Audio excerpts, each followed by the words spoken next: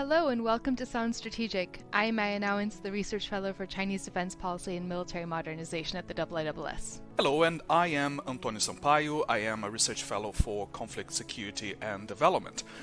So today we'll talk about the economic impact and fallout of the global coronavirus pandemic. So the closure of businesses and the social distancing brought about by the global coronavirus pandemic is being called the Great Lockdown.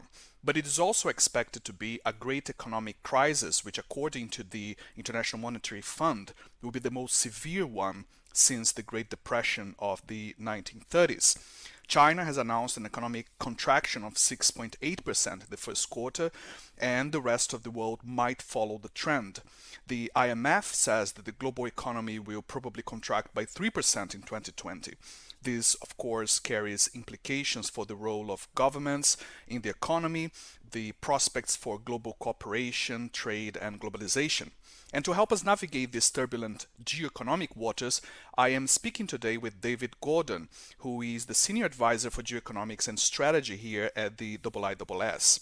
David was Vice Chairman of the U.S. National Intelligence Council in the past, as well as the Director for Policy Planning in the U.S. State Department. So David, I think we're all seeing with our own eyes as we go for our allowed once-a-day walks the economic damage of this pandemic, stores closed, restaurants closed. But can you explain to us what makes this crisis even bigger than the financial crisis of the late 2000s? Yes, I think that the main factor that makes this likely to be a deeper recession is the simultaneity of government-ordered shutdowns of the economy.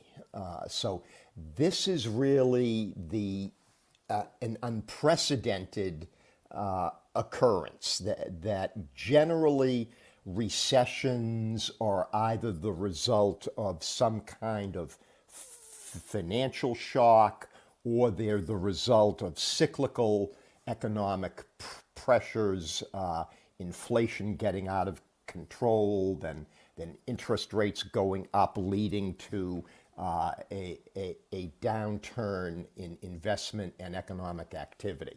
So the normal drivers of a recession are not in play here, and the driver of this recession is the fact that governments all over the world, and in particular in every major economic actor in the world economy, have simultaneously put in place these social distancing and other kinds of responses in order to prevent the massive spread of COVID-19, the coronavirus.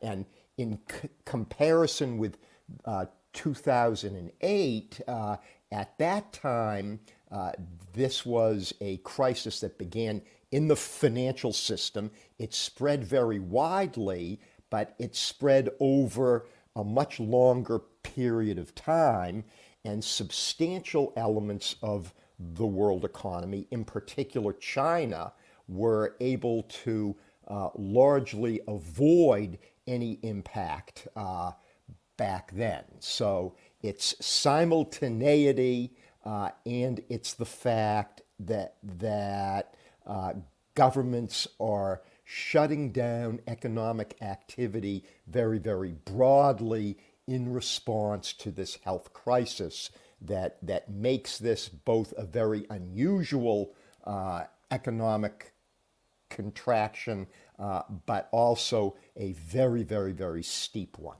Right, and I suppose that simultaneity also extends to governments' actions around the world to mitigate that impact and that damage that's being done to the economy, to various economies at the moment. Here in the UK, of course, Prime Minister Boris Johnson's Conservative government has announced that it would help pay up to 80% of people's wages for companies at risk. And the Chancellor, Rishi Sunak, has said that this is the first time in history that the UK government would help pay people's salaries. So how much of a difference do you think that efforts like this make for economic recovery? I mean, presumably it adds to business resilience. Yes, so this is, I think, very important, and the UK response has been parallel to the response of many governments in Europe.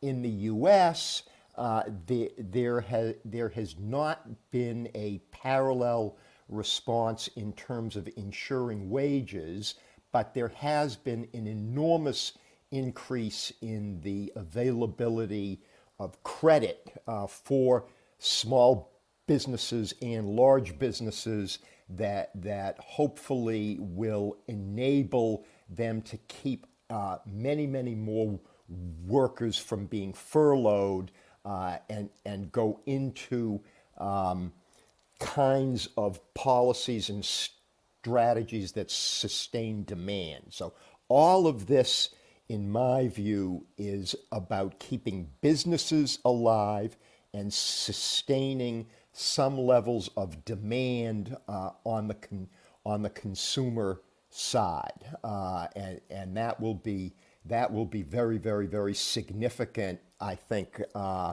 in both helping people sustain their own economic and financial viability during the crisis, but will also give them the confidence to begin buying again in a more comprehensive way when the crisis eases. So what we're seeing, part of the way that the crisis has worked is that governments have worked to have created social distancing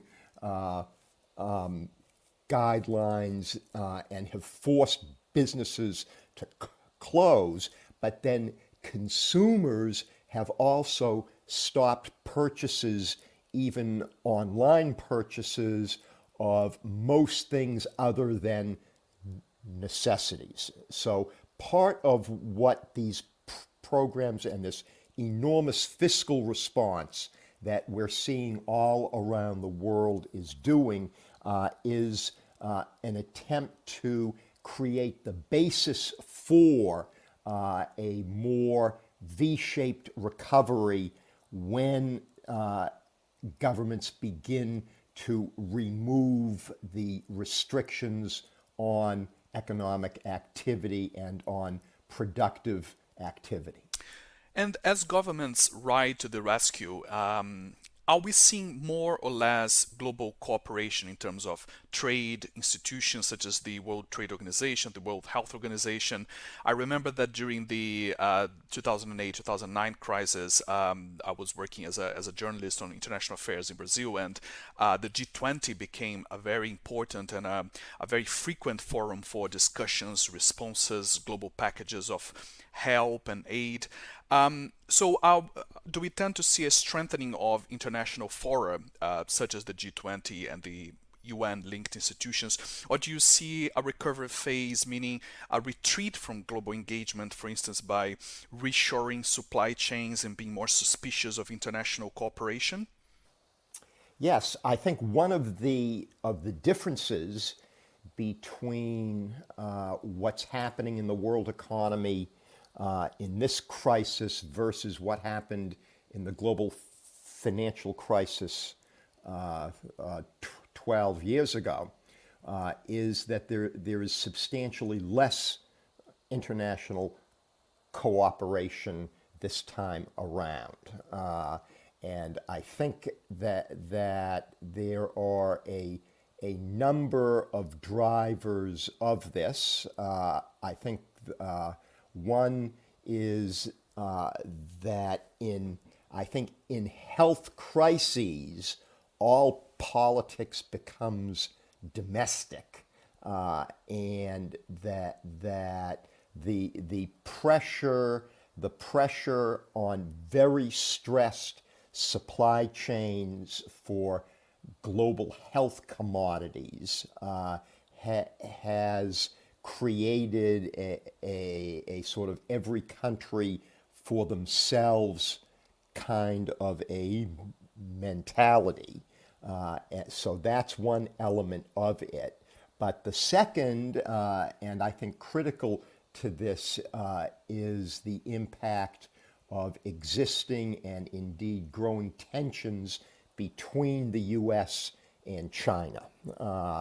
And the China, which was able to become the engine of mitigation and the engine of beginning to turn around the crisis 12 years ago, is no longer in a position to do that. They were the first country heavily hit, and as a result of this huge investment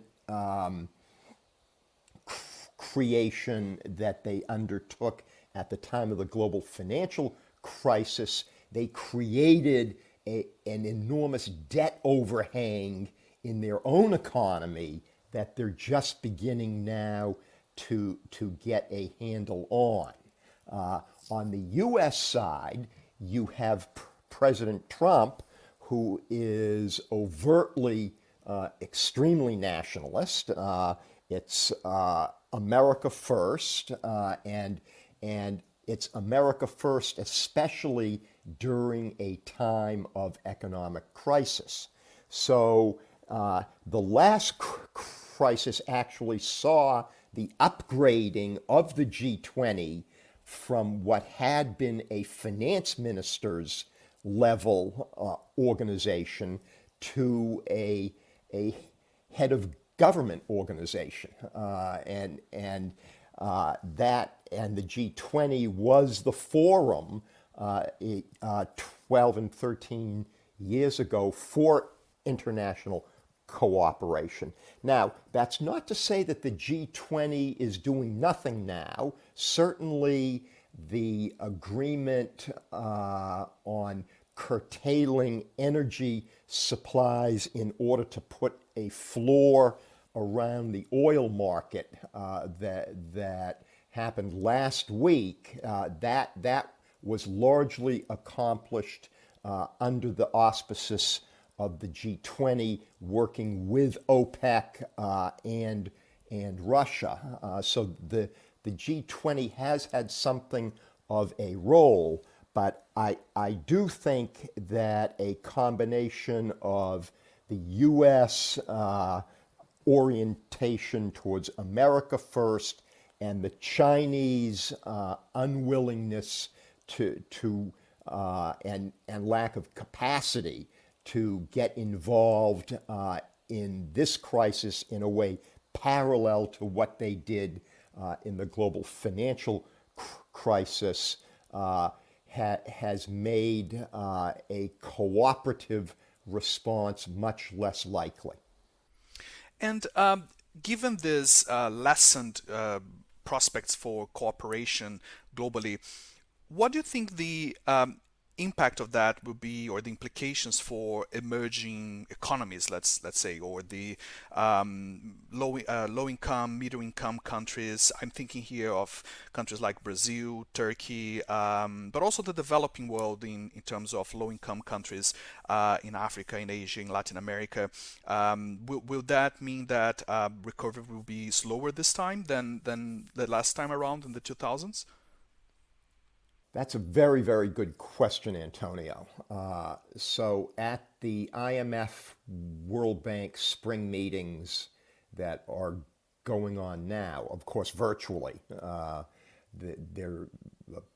people aren't actually meeting, but at these meetings, there has been a move by both the G7 and the G20, prompted by the IMF and the World Bank, to create a one-year debt moratorium for the most highly indebted countries, the so-called HIPC countries, and that has been agreed to.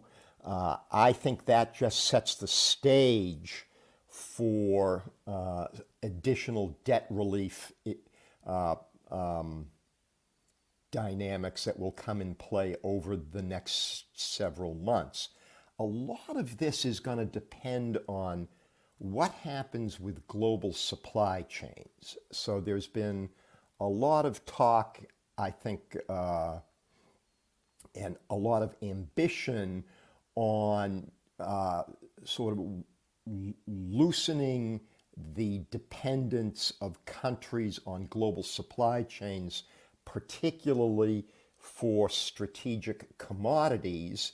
And in the aftermath of this crisis and in the expectation that there are likely to be future crises like this, that health commodities are now being seen as strategic by many governments. So I think part of the question is to what extent will there actually be a decoupling, a shortening of supply chains? I think, in my view, what we're likely to see is a pretty sharp shift away from the dominance of efficiency concerns, just-in-time supply chains, to the creation of much more redundant and resilient supply chains. Now, that will happen. That will have some negative impact on efficiency in the world economy, but I think it's likely to mitigate the impact of the desire to shorten supply chains. There's been a lot of talk, both in the US and in Europe, of really quickly easing the dependence on China for manufactured goods.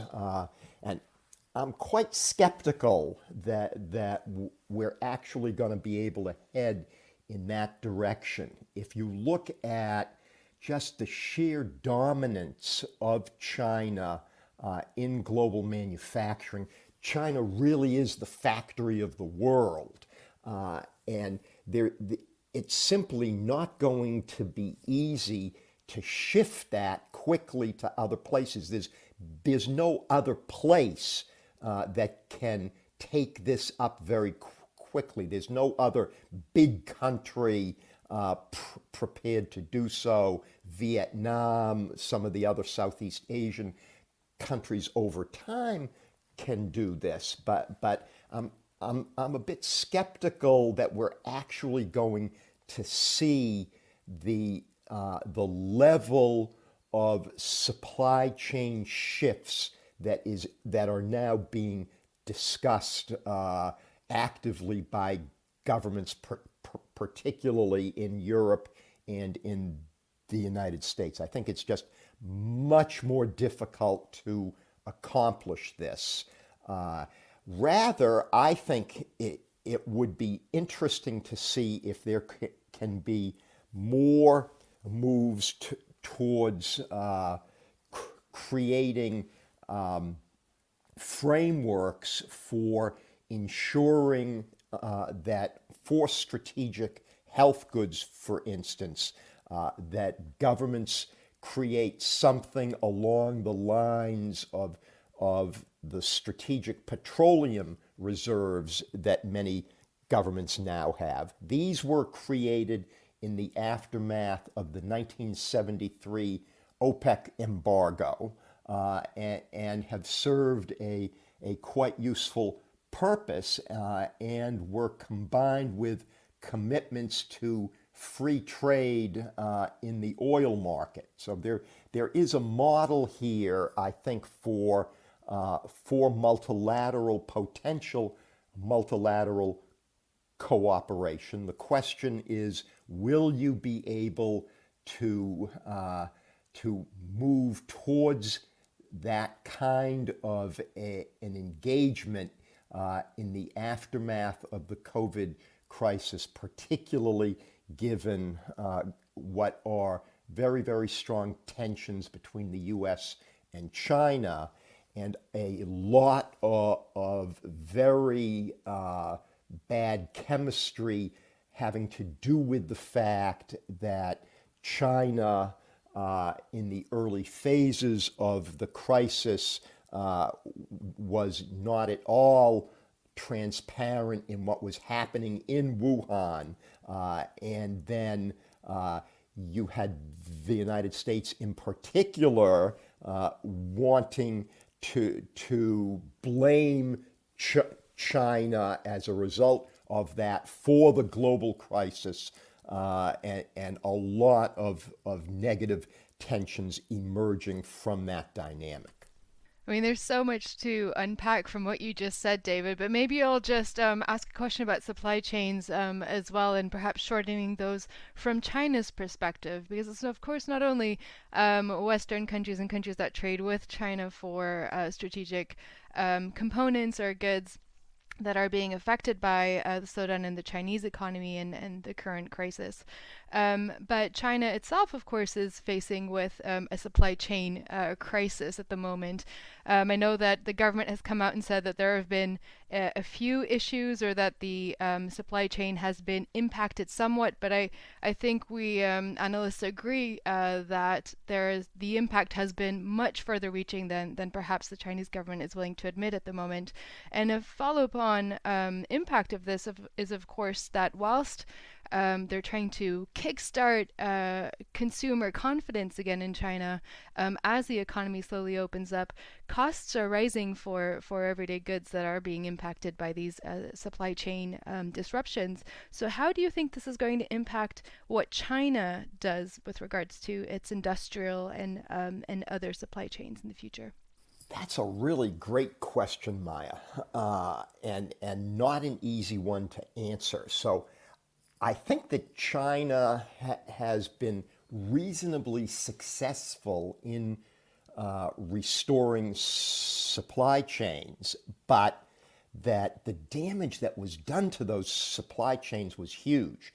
And I think in China, in particular, the end point of the supply chains was very often very, very small enterprises whose existence is now uncertain, right? So again, in the Western countries, you had these enormous fiscal efforts that have been targeted on enabling particularly small businesses to remain solvent. China's economy, as you're well aware, has this vast, enormous sort of informal, particularly commercial set of very small enterprises that play a key role in providing both employment and income to millions and millions, tens of millions of Chinese, particularly, potentially even hundreds of millions, and also it is the key point at the end of the supply chain, and I think that we still don't know, and I don't think the Chinese government knows about what the status is of that element of the supply chain. Now, I think the big question here for China is what's going to happen in terms of balancing domestic needs with China's traditional role as an exporter, and whether China will go into a a stance of paying more attention to the domestic market. They'll be able to do that in the short run because the external market has dried up so much for China that a focus on the domestic market does not really involve very much of a trade-off in the immediate term.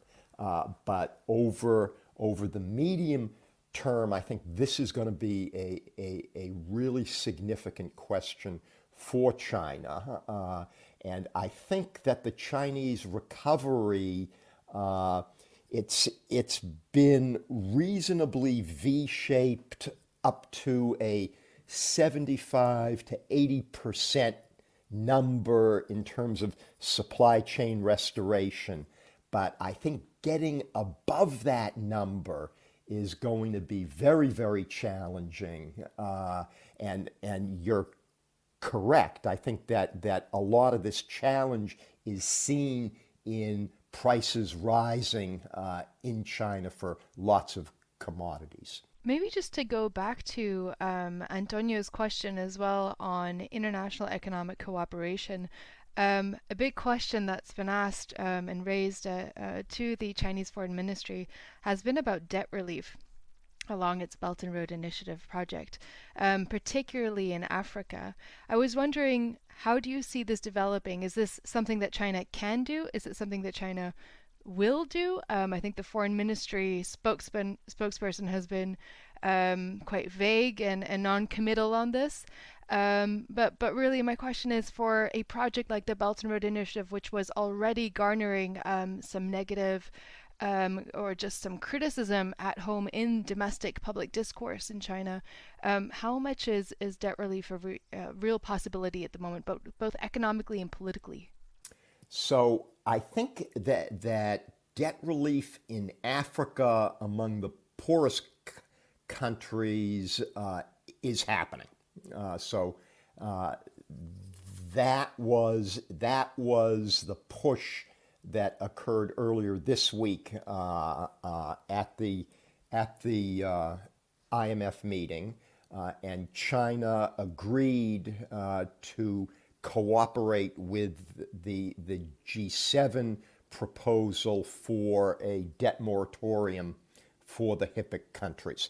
I think this issue gets much harder for China when you go beyond the HIPC countries, the poorest countries, to other countries in Africa and countries in Central Asia and Southeast Asia. And I think over the next several months, you're going to see a major tension emerging between the U.S., which is going to push very hard with support, I think, from many European countries to say that unless China actively participates in multilateral efforts at debt relief, then we the rest of the global creditors will insist that governments who are receiving debt relief will not be able to use any of those resources to continue payments to China for BRI debt. So I think that the likely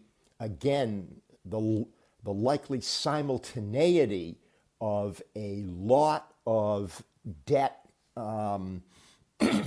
crises in BRI recipient countries will serve as a factor that will put a lot of pressure on China to go beyond what has been its policy on debt relief, and that is to do debt relief, but only very, very quietly and in a totally non-transparent fashion. I think that policy is going to be harder and harder to accomplish.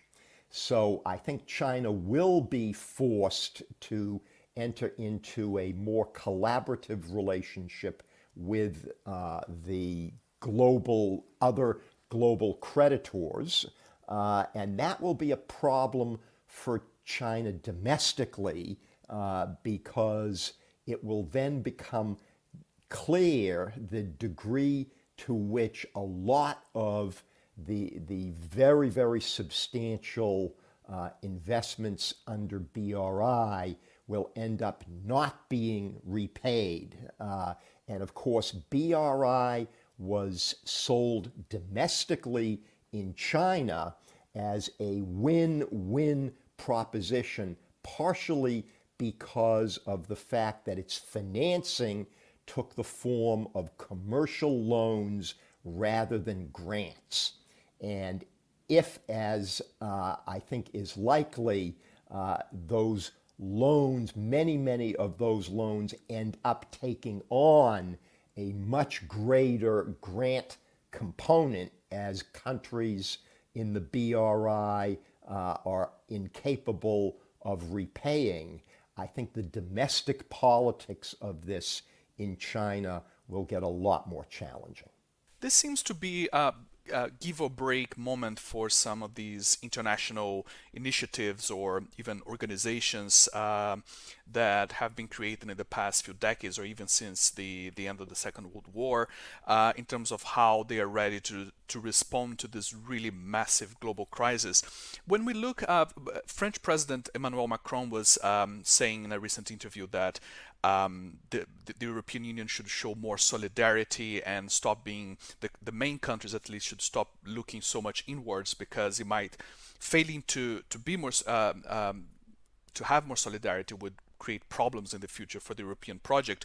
How are the current international organizations and initiatives such as the European Union, but I'm also thinking here of in North America in terms of the cooperation there in Latin America.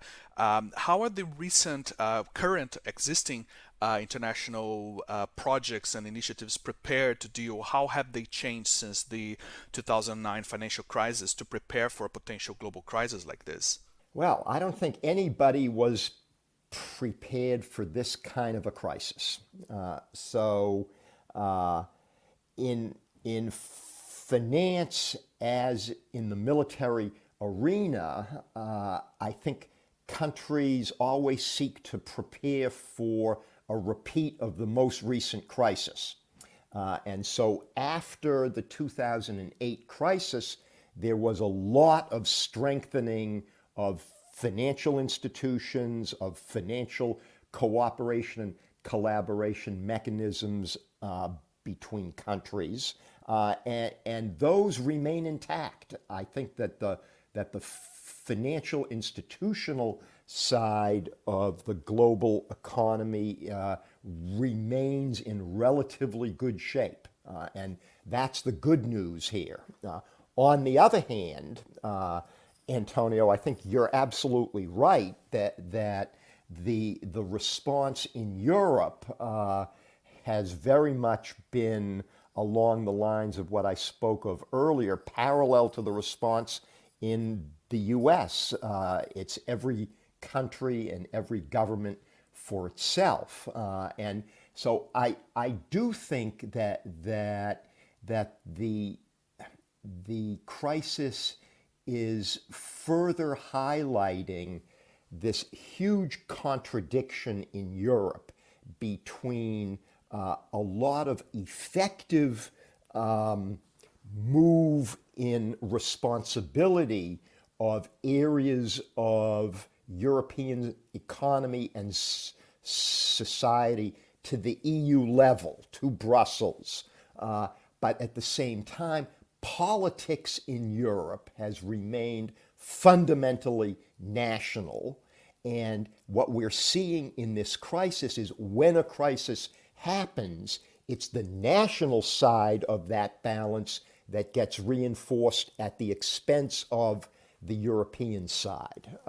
So I do agree with President Macron that right now you are exacerbating the tensions in Europe in a way that is going to, I think, reinforce what had already been important tensions between the Southern European countries and the major countries, Netherlands, Germany, France, in the more northern parts of Europe.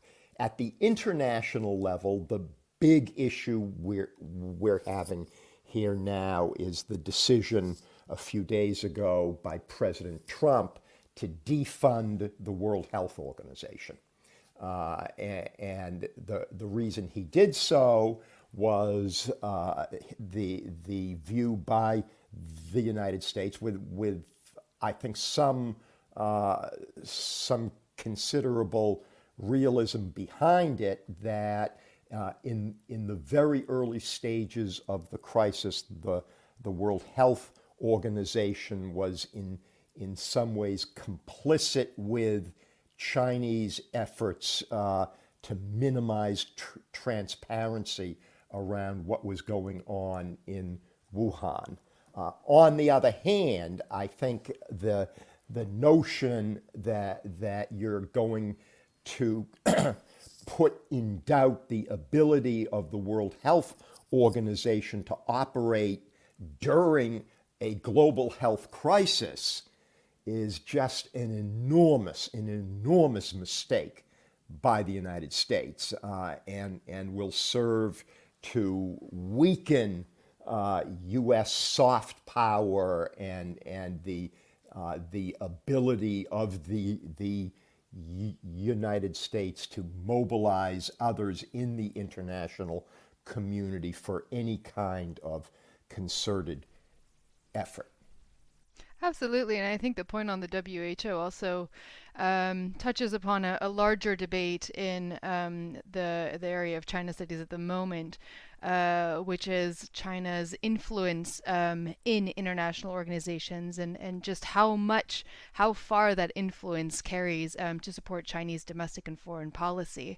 But we might leave that for another time. David, it would be a remiss of me if I did not ask a question about Chinese elite politics within the Communist Party, having the opportunity of having such an insightful China watcher as yourself on our podcast. So how do you think that the current crisis will affect the Chinese people's view, the domestic public opinion of the Communist Party and political stability in China in the aftermath of the coronavirus? Yeah, well, that's a very tough question. So I do believe that the failure of the Chinese authorities to provide information and a strong response, again, in the very early days of this, will have negative domestic implications for China. I think that when the crisis recedes, it's not just going to be the United States that will be pressing China on this, but the whole world will be. And I think it's not going to be easy for the Chinese authorities to come up with a response that is compelling. So I do think that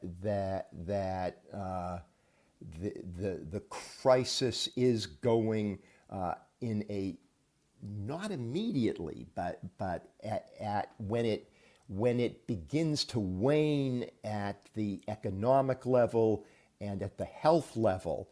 I think that paradoxically, I think at that point, it's going to be more of a challenge for Xi Jinping and for the kind of highly centralized form of governance that he has moved China towards during the period of his presidency. So China, I think that China has always been under the Communist Party. China's always been an authoritarian country, but I think you've had this narrowing of openness on information. You've had this centralization of authority in the hands of Xi and a very close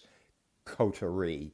I think that these elements are going to be challenged. So I think that China is going to face quite a uncertain period politically, and this indeed, I don't think that we can assume that we will have Xi Jinping as a president for life in China. Thank you, David, so much for sharing your excellent insights, and it's been a fascinating discussion. My pleasure. Thank you to our listeners as well for joining us again, and remember to subscribe to Sound Strategic for more in-depth discussions like this. And follow us on Twitter and Instagram and Facebook to keep up to date with the latest trends in defense, international security, and armed conflicts. Stay safe, stay healthy, and see you next time.